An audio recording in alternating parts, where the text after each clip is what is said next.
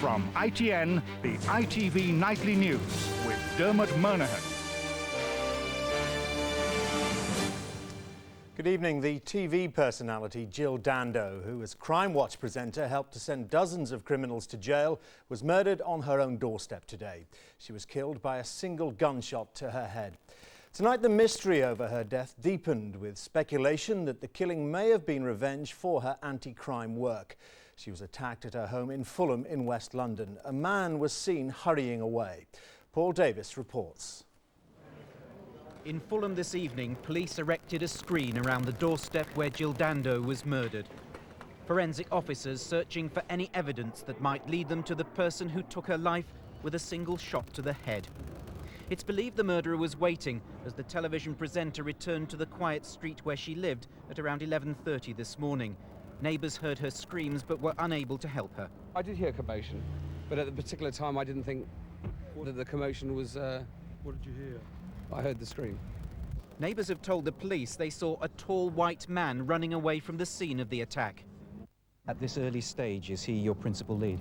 He certainly is. I mean, he was a man who was very near to the crime scene and then ran away from the crime scene, so he is somebody who we need to speak to urgently. As presenter of BBC's Crime Watch, Jill Dando helped the police catch many dozens of criminals. The manner of her death has led to speculation that this was an underworld revenge killing. In the Commons, politicians paid tribute to her crime-busting record.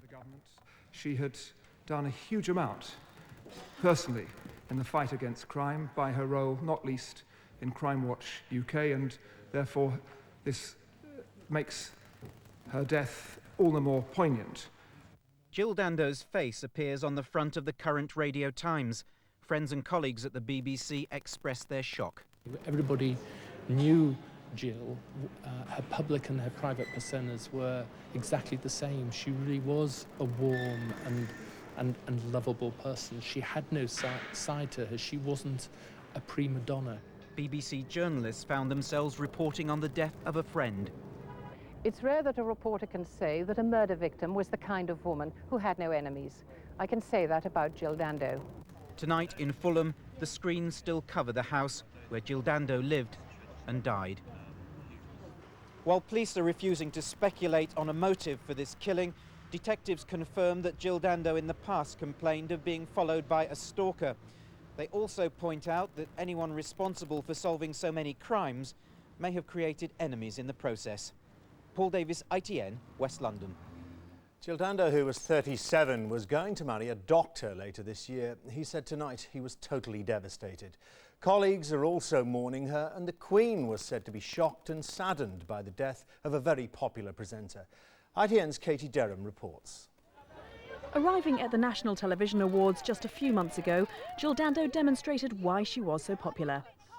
No, I'm not actually. I've been in a very warm car for the last 20 minutes. Approachable, friendly, the BBC's very own girl next door, and voted their Personality of the Year in 1997. Her versatility as a presenter was held in high regard, as she worked successfully in very different genres.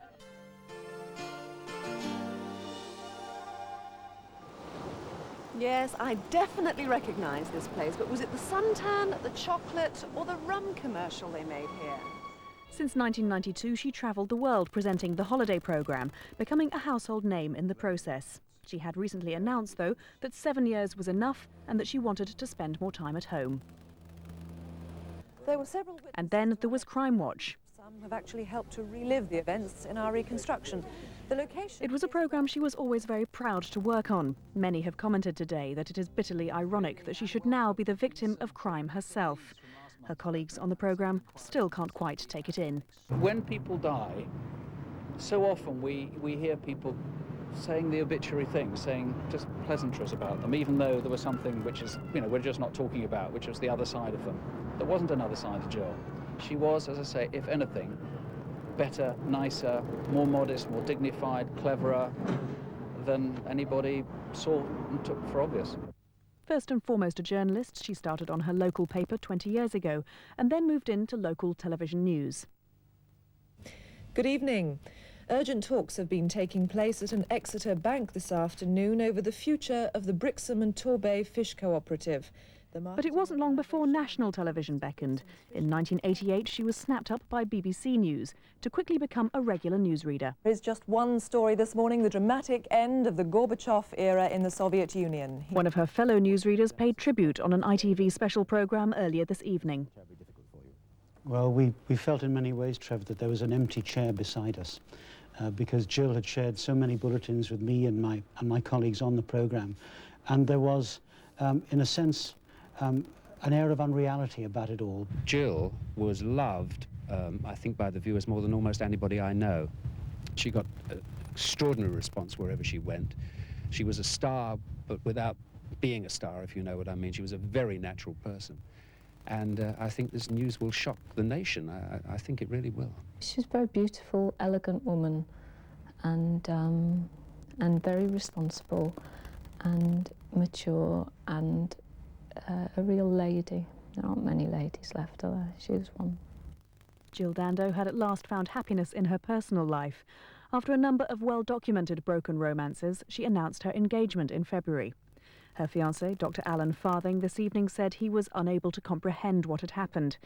The police had called him out of his clinic this afternoon to identify her body. Jill Dando's natural vitality in front of the camera, her popularity and her professional stature was such that she'd been chosen to present the BBC's worldwide Millennium coverage. Now, the TV industry and TV viewers are mourning the woman seen as one of the faces of the BBC. Katie Derham, ITN. And for the very latest from Fulham, I'm joined now by Nicholas Owen. Nick, what's happening there tonight? Well, the road where Jill Dando lived, Gowan Avenue, it remains closed. Police forensic teams are still working away, and it's said they will be right the way through to the morning. The only people allowed in and out of here at the moment, apart from the police themselves, are local residents, and they are all like the rest of the nation. It seems very, very shocked indeed. And there's the great feeling here that everybody's lost someone they sort of knew, whether they lived around here or not. One thing that did emerge this evening, Jill Dando was actually in the course of selling the house just down there. And Nick, is there any more information tonight about a possible motive? Well, thoughts are turning away from the idea of it being a stalker, which was everybody was talking about earlier on, to this whole business of perhaps it was something even more sinister. The manner of her death, a single gunshot wound, we think, to the back of the head, and then the way that the man who killed her, apparently who did the deed, left the scene, strolling and then breaking into a jog, glancing back at one stage. But this is somebody who seemed to plan pretty carefully what they were going to do, plan pretty carefully their exit. They weren't relying on a vehicle, they were able to slip away. The police are refusing to speculate, of course, but it does look as though it might just possibly be something that's known in the trade as a professional killing. Nick, thanks a lot. An apparent split in the Yugoslav leadership widened tonight when a Deputy Prime Minister, Vuk Drašković, threatened street protests over what he said was an attempted army takeover of his party's TV station. He'd earlier called for the truth from President Milosevic about Kosovo. Julian Mannion's report has been monitored by the Serb authorities. Today they buried the first of the victims from the television headquarters bombed by NATO on Friday. With bodies still beneath the rubble, it's feared that the death toll may rise as high as 19. But the bombing has set off repercussions.